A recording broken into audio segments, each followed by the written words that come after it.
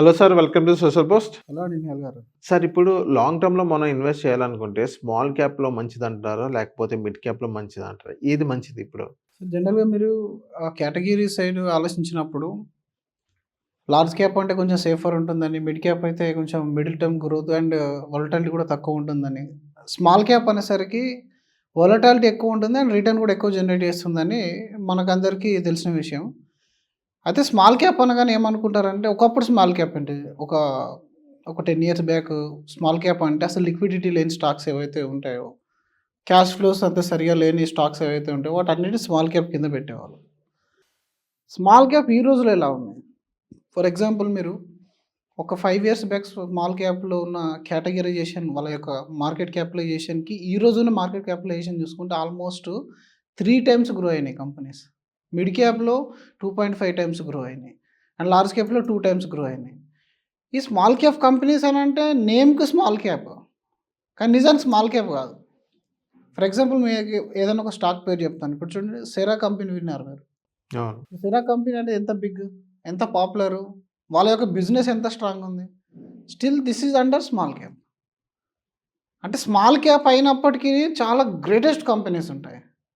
అందులో కొన్ని ఎంటర్‌ప్రెన్యూర్స్ వస్తారు. కొంతమంది ఫ్రెష్‌గా బిజినెస్ స్టార్ట్ చేసిన వాళ్ళు సక్సెస్ అయ్యే వాళ్ళు ఉంటారు, ఫెయిల్ అయ్యే వాళ్ళు ఉంటారు. బట్ కంపారిటివ్‌లీ మీరు చూసుకున్నట్టయితే ఓవరాల్‌గా ఒకప్పుడు స్మాల్ క్యాప్ యొక్క లాభాలకి అంటే 100 క్రోర్స్, 200 క్రోర్స్ అంటే తక్కువ ఉండేది. ఇప్పుడు 500 క్రోర్స్, 600 క్రోర్స్ కూడా వస్తుంది లాభాలు ఒక్కొక్క కంపెనీకి. ఒకసారి అర్థం చేసుకోండి. ఒక 500 క్రోర్స్, 400 క్రోర్స్ ప్రాఫిట్ జనరేట్ చేసే కంపెనీ ఉంది అనంటే అదొక ఫెయిల్యూర్ బిజినెస్ ఎప్పటికి కాదు. సార్, అలాంటి కంపెనీలో ఇప్పుడు మనం లాంగ్ టర్మ్ మాట్లాడుతున్నాం కాబట్టి లంసమ్ మంచిదంటారా? లేకపోతే ఎస్ఐపి ఎంత ఉందో అలా చేసుకుంటే ఎలా మంచిదంటారా?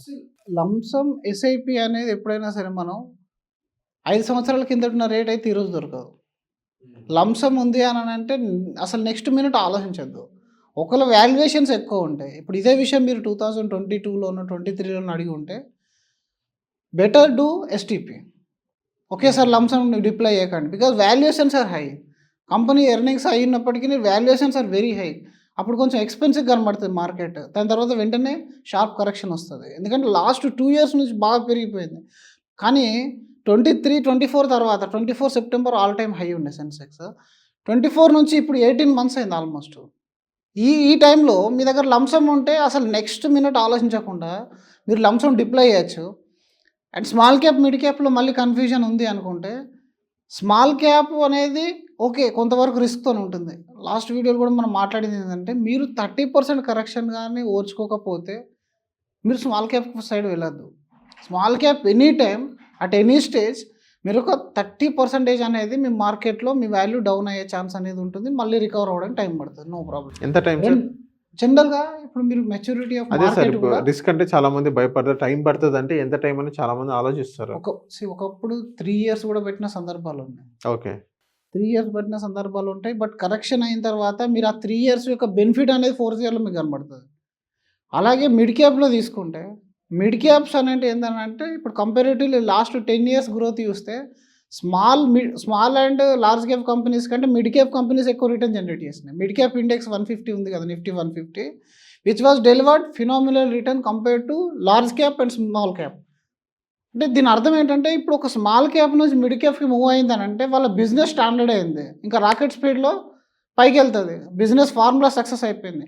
తర్వాత అది లార్జ్ క్యాప్ అయ్యే కెపాసిటీ కూడా ఉంటుంది దానికి. లార్జ్ క్యాప్స్ అయినాయి కూడా చాలా 10 ఇయర్స్ మీరు చూసుకుంటే many of mid cap companies become large cap. అంటే ఈ జర్నీ, ట్రాన్స్లేషన్ ఆఫ్ జర్నీలో చాలా వెల్త్ బిల్డ్ అయిపోతుంది. షేర్స్ అనేది ఎక్కడికో వెళ్ళిపోతాయి. అందులో కూడా కొన్ని కంపెనీలు ఎగ్జిట్ అయ్యే ఛాన్స్ ఉంటాయి. బట్ వెరీ వెరీ నామినల్ ఉంటాయి. ఒక లార్జ్ క్యాప్ కంపెనీ సాచురేటెడ్ అయితే అక్కడ ప్రాఫిట్ అనేది తక్కువ ఉండొచ్చు. కానీ మిడ్ క్యాప్ కంపెనీస్లో ఏంటంటే సాచురేషన్ ఉండదు. మిడ్ క్యాప్ కంపెనీస్లో బిజినెస్ ఎక్స్పాన్షన్ ఉంటుంది. లెఫ్ట్ అండ్ రైట్ రాకెట్ స్పీడ్లో బిజినెస్ వెళ్తూ ఉంటాయి. అలాంటి కంపెనీస్ని ఫండ్ మేనేజర్లు టార్గెట్ చేస్తారు ముందే. అలాగే ఇప్పుడు మిడ్ క్యాప్ ఇంత స్ట్రాటజీ తీసుకున్నాం, మరి స్మాల్ క్యాప్లు సేమ్ స్ట్రాటజీ ఇక్కడ కూడా వాడతారు. సేమ్ స్ట్రాటజీ ఇక్కడ స్మాల్ క్యాప్లో ఏంటంటే మీరు ప్రాఫిట్ ఒక్కో సంవత్సరంలో 50%, 70%, 100% అనేది రెవెన్యూలో డిఫరెన్స్ కనబడుతుంది. మరి అలాంటి జర్నీలో మీరు ఉంటేనే కదా మీ వెల్త్ బిల్డ్ అయ్యేది. అలాంటి ఇప్పుడు మైక్రోగా మనకు కంట్రీ డెవలప్ కావాలని అంటే స్మాల్ క్యాప్తోనే పాసిబుల్ అవుతుంది. అంటే ఈ టైంలో మిడ్ క్యాప్ ఎంత రిస్క్, స్మాల్ క్యాప్ అంతే రిస్క్. కానీ మీరు డైవర్సిఫైడ్ చేసుకొని అట్ ప్రజెంట్ ఉన్న కండిషన్లో అయితే if you are new investor, మీకు ఇంతవరకు నాలెడ్జ్ లేదంటే మిడ్ క్యాప్లో మీరు కొంచెం పొజిషన్ ఎక్కువ పెట్టుకొని స్మాల్ క్యాప్ కొంచెంగా స్టార్ట్ చేయండి. But I would say small cap మీరు ఎస్ఐపి చేయాలనుకుంటే మొత్తం ఎస్ఐపి స్మాల్ క్యాప్లో వేసేయండి. లంసమ్ పెట్టాలనుకుంటే లార్జ్ అండ్ మిడ్లో ఆగిపోండి. లార్జ్ అండ్ మిడ్లో పెట్టడం వల్ల ఏంటంటే కంపెనీస్ అనేది స్టేబుల్ గ్రోత్ అనేది వెళ్తూ ఉంటుంటాయి. మీ దగ్గర లంసమ్ అనేది ఒకసారి స్మాల్ క్యాప్లో పెడితే ఒకవేళ కరెక్షన్ వచ్చింది అనుకోండి, మార్కెట్లో కరెక్షన్ వస్తే అన్నిటికంటే ఎక్కువ కరెక్షన్ అయ్యేది స్మాల్ క్యాప్సే. అండ్ మార్కెట్లో మూమెంటం వస్తే అన్నిటికంటే ఎక్కువ పైకి వెళ్ళేది కూడా స్మాల్ క్యాప్సే. కాబట్టి దీన్ని లంసమ్ పెట్టినప్పుడు మీరు కొత్త కదా, మీకు తెలియదు. ఇప్పటిదాకా మనకి 100 రూపీస్ ఉంటే దానికి 10 రూపీస్ యాడ్ అవుతున్నాయి కదా, ఎవరైనా కూడా కొంచెం సాటిస్ఫై అయ్యేది. 100కి వస్తే 70 రూపీస్ అయింది, అది 70 రూపీస్ 1 ఇయర్ అలాగే ఉంది, 2 ఇయర్ అలాగే ఉంది, 3 ఇయర్ అలాగే ఉంది, ఎగ్జిట్ అయ్యే ఛాన్స్ ఎక్కువ ఉంటుంది. అవును. అలాంటి సిచ్యువేషన్స్లో ఇంకా మనం మనీ పంపింగ్ చేస్తే డెఫినెట్గా మనీ కానీ పంపింగ్ చేస్తే మీరు యావరేజ్ 12లో ఉంటే 14లోకి వెళ్తారు, 14లో ఉంటే 18లోకి వెళ్తారు. అంటే డంపింగ్ చేయడం అనేది ఒక ఆర్ట్, దాన్ని కూడా మళ్ళీ సరైన టైంలో చేయాలి. ఇప్పుడు ఇదే మీకు సరైన టైంలో తెలియలేదు అనుకోండి, కొంతమంది ఏం చేస్తారంటే ప్రాఫిట్ బుక్ చేస్తారు, ఇంకొంతమంది ఎగ్జిట్ అవుతారు. ప్రాఫిట్ బుక్ చేయడం కూడా రాంగ్ టైంలో ప్రాఫిట్ బుక్ చేయదు. When all time high market ఉంది, లాస్ట్ 3 ఇయర్స్ నుంచి ఈ స్మాల్ క్యాప్ ఇండెక్స్ విపరీతమైన రిటర్న్ ఇచ్చింది అని అంటే మీరు ఎక్స్పెక్ట్ చేయొచ్చు దానిలో కొంచెం కరెక్షన్ రాస్తుంది. అప్పుడు మీరు కొంచెం మూవ్మెంట్ చేసుకోవచ్చు నార్మల్ ఫండ్స్కి, లేదా మనకి ఏదైతే లిక్విడ్ ఫండ్స్ ఉంటే దానికి. ఓవరాల్ కంపారిజన్లో అయితే మీరు కొత్త ఇన్వెస్టర్ అయితే లార్జ్ క్యాప్ సైడ్ అంటే మిడ్ క్యాప్ సైడ్ పొజిషన్ అనేది ఎక్కువ పెట్టుకోండి ఈ సంవత్సరంలో. దానివల్ల ఏంటంటే స్టెబిలిటీ పెరుగుతుంది. అండ్ నెక్స్ట్ ఇప్పుడు మనకు జీడిపి కంట్రీ అనేది ఎకనామికల్గా రిఫార్మ్ అవుతుంది. రిఫార్మ్ అవుతున్నప్పుడు మాత్రం స్మాల్ క్యాప్లో మీరు ఎంత ఇన్వెస్ట్మెంట్ ఎక్కువ పెట్టగలిగితే అంత రివార్డ్ ఎక్కువ అనేది మీకు వస్తుంది. డెఫినెట్గా మార్కెట్ అనేది మీరు తీసుకున్న రిస్క్ని బట్టి రివార్డ్ ఇస్తుంది. ఆ రిస్క్ మీరు ప్రాపర్ తీసుకోగలిగితే, అనలైజ్ చేయగలిగితే ఏంటంటే మళ్ళీ అందులో టాప్లోకి వెళ్ళండి. ఇప్పుడు 2 ఇయర్స్ నుంచి టాప్లో ఒక స్మాల్ క్యాప్ ఫండ్ పర్ఫామ్ చేస్తుంది, ఈ మార్కెట్లో కూడా టాప్ పర్ఫామ్ చేసింది. మీరు ఇదే టైంలో లంసమ్ యాడ్ చేస్తారు, ఆ టైంలో ఆ స్టాక్స్ మళ్ళీ రివర్స్ యూటర్న్ తీసుకునే ఛాన్స్ ఉంటుంది. కాబట్టి ఎప్పుడైనా సరే లాస్ట్ 2-3 ఇయర్స్ పర్ఫార్మెన్స్ లేని దానిలో మీరు ఎంట్రీ చేయగలిగితేనే బెటర్ వెల్త్ క్రియేట్ అవుతుంది. అదైతే బాగా గుర్తుపెట్టుకోవాలి. లంసమ్ ఎప్పుడైతే డిప్లై చేసినా లాస్ట్ 2-3 ఇయర్స్ కొంచెం వర్స్ట్ పర్ఫార్మెన్స్ సెక్టర్ కానీ, లేకపోతే లాస్ట్ 2-3 ఇయర్స్ మంచి ఫండ్ మేనేజరు బట్ ఆ ఫండ్ పర్ఫార్మెన్స్ చేయలేదు, అలాంటి మీరు తీసుకోండి. అలాంటి ఫండ్స్లో మీరు ఇన్వెస్ట్మెంట్ చేసి వెయిట్ చేయండి, అప్పుడు అవి రిబౌన్స్ అయిపోతాయి అన్నమాట. అంతేగాని ఏదైతే టాప్ పర్ఫార్మెన్స్ ఉందో, ఇప్పుడు వర్స్ట్ కేసులో టాప్ పర్ఫార్మర్ ఉంది అని అంటే కొంచెం జాగ్రత్త పడాలి. మళ్ళీ మనం ఇంకా 5-6 ఇయర్స్ ఉండాలి కదా ఇందులో. కాబట్టి మిడ్ క్యాప్స్ అనేటివి ఏంటంటే although it is a more powerful than small caps, అందులో మీరు లంసమ్ వరకు ఇన్వెస్ట్మెంట్ అనేది పెట్టుకోండి. అండ్ ఎస్ఐపి ఈ టైంలో అయితే ఎస్ఐపి ఉంటే మీరు ఈవెన్ 70-80% స్మాల్ క్యాప్లో ఎస్ఐపి స్టార్ట్ చేసిన ప్రాబ్లం ఏం లేదు. When it is a long term SIP 15-20 years me retirement అట్లాంటిది అనుకుంటే మాత్రం 50-50% స్మాల్ అండ్ మిడ్ క్యాప్లో. ఇంకా లార్జ్ క్యాప్ మార్కెట్కు కొత్త ఇన్వెస్టర్కి అది కొత్త ఇన్వెస్ట్ వరకు మీరు అందులో ఉండండి. లార్జ్ క్యాప్ కూడా కొన్ని సంవత్సరాలు చాలా బాగా పర్ఫామ్ చేస్తుంది. It's not like that. కొన్ని సంవత్సరాల్లో small and mid caps fail అయిన టైంలో లార్జ్ క్యాప్ కూడా పర్ఫామ్ చేస్తుంది. బట్ లార్జ్ క్యాప్ అంటేనే కొంచెం బిజినెస్ స్టేబుల్ బిజినెస్, డివిడెండ్స్తో నడుస్తూ ఉంటుంది. ఇంకా వాళ్ళు ఇన్వెస్ట్మెంట్ చేసే కంటే ఎక్కువగా డివిడెండ్స్ ఇవ్వడానికి ఎక్కువ ప్రియారిటీ అనేది ఇస్తారనమాట. కొత్త బిజినెస్లో వాళ్ళ అమౌంట్ ఇన్వెస్ట్మెంట్ చేసుకోరు. అండ్ ఇంకొకటి స్మాల్ అండ్ మిడ్ క్యాప్లో చేస్తున్నప్పుడు క్యాష్ హోల్డింగ్ కూడా చూసుకోండి. అంటే ఫండ్ మేనేజరు చాలా క్యాష్లోని అమౌంట్ పెట్టుకొని వెయిట్ చేస్తున్నాడు అంటే ఆ ఫండ్కి రిస్క్ తీసుకునే కెపాసిటీ కొంచెం తగ్గిందని చెప్పాలి. అండ్ మరి ఏఎం కూడా చాలా ఎక్కువ ఉన్న మిడ్ క్యాప్లు మీరు చూజ్ చేసుకుంటే కూడా ఆ పోర్ట్ఫోలియో చర్నింగ్ అనేది డిఫరెన్స్ అయిపోతుంది. అండ్ స్మాల్ క్యాప్లోకి వస్తే small cap fund manager expert ఎవరున్నారో అది చూడాలి. స్మాల్ క్యాప్లో ఫండ్ మేనేజర్ కీ రోల్ అవుతుంది.